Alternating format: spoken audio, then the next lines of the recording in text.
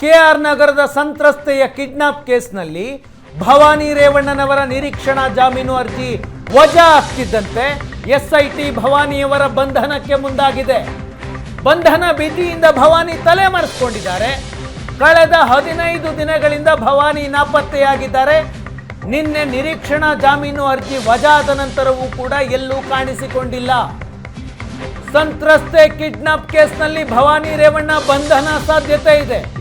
ಭವಾನಿ ರೇವಣ್ಣನವರನ್ನು ಹುಡ್ಕೊಂಡು ಬಂದು ಎಸ್ಐಟಿ ಅಧಿಕಾರಿಗಳು ಹೊಳೆನರಸೀಪುರದ ಮನೆಗೆ ಬಂದಿದ್ದಾರೆ. ಹೊಳೆನರಸೀಪುರದ ಮನೆಯಲ್ಲಿ ಇವತ್ತು ಬೆಳಗ್ಗೆ 11 ಗಂಟೆಯಿಂದ ಸಂಜೆ 5 ಗಂಟೆವರೆಗೆ ಹಾಜರಿರಬೇಕು ಅಂತ ಎಸ್ಐಟಿ ನಿನ್ನೆಯಷ್ಟೇ ನೋಟಿಸ್ ಕೊಟ್ಟಿತ್ತು. ಭವಾನಿ ರೇವಣ್ಣ ಹೊಳೆನರಸೀಪುರದ ಮನೆಯಲ್ಲಿ ಇಲ್ಲ.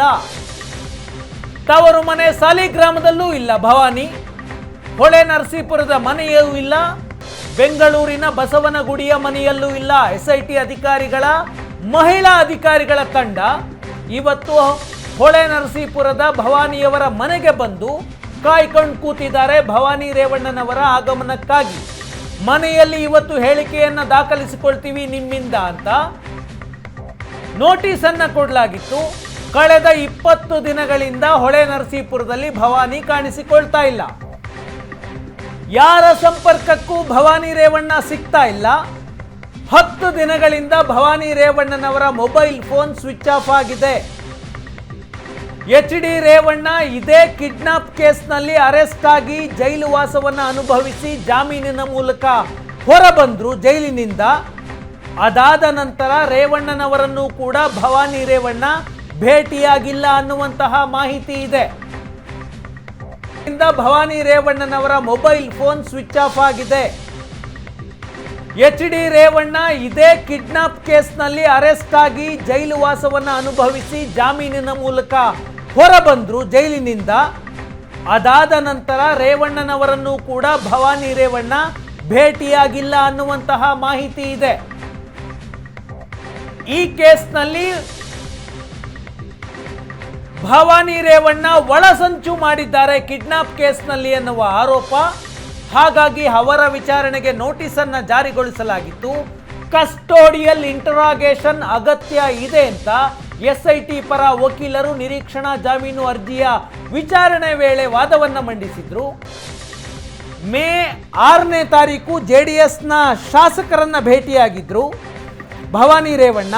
ಅದಾದ ನಂತರ ಈವರೆಗೆ ಭವಾನಿ ರೇವಣ್ಣ ಎಲ್ಲಿದ್ದಾರೆ ಅನ್ನುವ ಮಾಹಿತಿ ಯಾರಿಗೂ ಗೊತ್ತಿಲ್ಲ.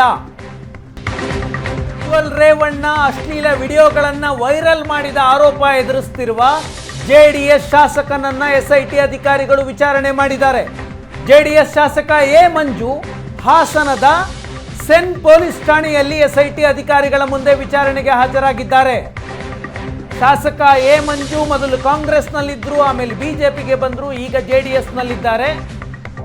HD ರೇವಣ್ಣ ಕುಟುಂಬದ ವಿರುದ್ಧ ರಾಜಕಾರಣ ಮಾಡಿದಂಥವರು ಎ ಮಂಜು. ಆದರೆ ಕಳೆದ ಚುನಾವಣೆಯಲ್ಲಿ JDSನ ಸೇರ್ಕೊಂಡು JDSನಿಂದಲೇ ಶಾಸಕರಾಗಿದ್ದಾರೆ. ಇವರ ಮೇಲೆ ಆರೋಪ ಇತ್ತು ಪ್ರಜ್ವಲ್ ರೇವಣ್ಣನ ಅಶ್ಲೀಲ ವಿಡಿಯೋಗಳನ್ನು ವೈರಲ್ ಮಾಡಿದ ಆರೋಪ. ಈಗ ಶಾಸಕ ಎ ಮಂಜು ಹಾಸನದ ಸೆನ್ ಪೊಲೀಸ್ ಠಾಣೆಯಲ್ಲಿ ಎಸ್ಐಟಿ ಅಧಿಕಾರಿಗಳ ಮುಂದೆ ವಿಚಾರಣೆಗೆ ಹಾಜರಾಗಿದ್ದಾರೆ.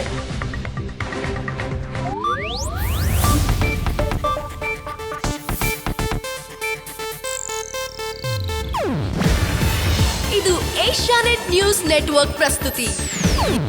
ನೀವು ನೋಡ್ತಿದ್ದೀರಾ ಏಷ್ಯಾನೆಟ್ ಸುವರ್ಣ ನ್ಯೂಸ್.